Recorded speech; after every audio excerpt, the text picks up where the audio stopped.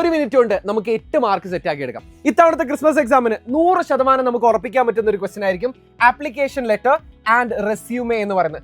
Question ഏകദേശം ഇങ്ങനെ ഉണ്ടാവും. ഒരു കമ്പനിക്ക് വേണ്ടിയിട്ട്, ആ കമ്പനിയുടെ ഒരു ജോലിക്ക് വേണ്ടിയിട്ട് നമ്മൾ അപ്ലൈ ചെയ്യുന്ന ഒരു ലെറ്ററും അതിൻ്റെ കൂടെ നമ്മുടെ ഒരു റെസ്യൂമേ കൂടെ വെക്കാൻ വേണ്ടിയിട്ട് പറയും.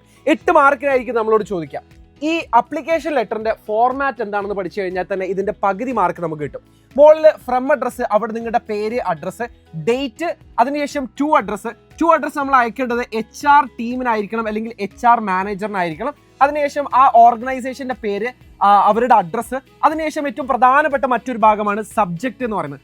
എന്തിനു വേണ്ടിയിട്ടാണ്, എന്ത് പോസ്റ്റിന് വേണ്ടിയിട്ടാണ് നമ്മളിത് അപ്ലൈ ചെയ്യുന്നത് എന്നുള്ളത് കൊടുക്കുക. Application for the post of dash, അതെന്താണെന്നുള്ളത് നിങ്ങൾ ക്വസ്റ്റ്യനിൽ നിന്ന് മനസ്സിലാക്കിയെടുക്കണം. അതിനുശേഷം സല്യൂട്ടേഷൻ വെച്ചിട്ടാണ് നമ്മൾ കത്ത് സ്റ്റാർട്ട് ചെയ്യുന്നത്. സർ ഓർ മാഡം അല്ലെങ്കിൽ റെസ്പെക്റ്റഡ് സർ ഓർ മാഡം എന്ന് പറയാം. അതിനുശേഷം ഇത്രയും ഭാഗം നിങ്ങൾ എന്തായാലും ഫില്ല് ചെയ്യണം.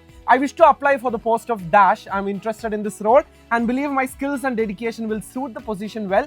I assure you of sincere and responsible work എന്ന് പറയാം. അവസാനം നിങ്ങൾക്ക് എന്ത് കൊടുക്കാൻ പറ്റും? നിങ്ങൾക്ക് ഒരു കോംപ്ലിമെന്ററി ക്ലോസ് ആയിട്ട് താങ്ക് യു എന്നോ യോസ് ഫെയ്ത്ത്ഫുള്ളി ഒന്ന് കൊടുക്കുക. താഴെ നിങ്ങളുടെ പേര് എഴുതുക. ഇനി ഇതുപോലെ തന്നെ റെസ്യൂമേയിൽ നമ്മൾ കൊടുക്കേണ്ടത് നമ്മുടെ പേര്, അഡ്രസ്സ്, ഫോൺ നമ്പർ, ഇമെയിൽ, എന്തിനു വേണ്ടിയിട്ടാണ് നമ്മളിത് അയക്കുന്നത്, നമ്മുടെ സ്കിൽ സെറ്റുകൾ എന്തൊക്കെയാണെന്നുള്ളത്, നമ്മൾ എവിടേക്കാണ് പഠിച്ചത്, നമ്മുടെ എഡ്യൂക്കേഷൻ ക്വാളിഫിക്കേഷൻസ്, നമ്മുടെ എക്സ്പീരിയൻസുകൾ എന്തൊക്കെയാണ്, നമ്മുടെ താല്പര്യങ്ങൾ അല്ലെങ്കിൽ നമ്മുടെ ഇൻട്രസ്റ്റുകൾ എന്തൊക്കെയാണെന്നുള്ളത്. അപ്പോൾ ഈ ഒരു ഫോർമാറ്റ് പഠിക്കുക. റെസ്യൂമേയുടെ ഫോർമാറ്റ് പഠിക്കുക, അതുപോലെ തന്നെ ആപ്ലിക്കേഷൻ ലെറ്ററിന്റെ ഫോർമാറ്റ് പഠിക്കുക. നിങ്ങൾക്ക് 8 മാർക്ക് ഈസിലി സ്കോർ ചെയ്യാൻ വേണ്ടി പറ്റും.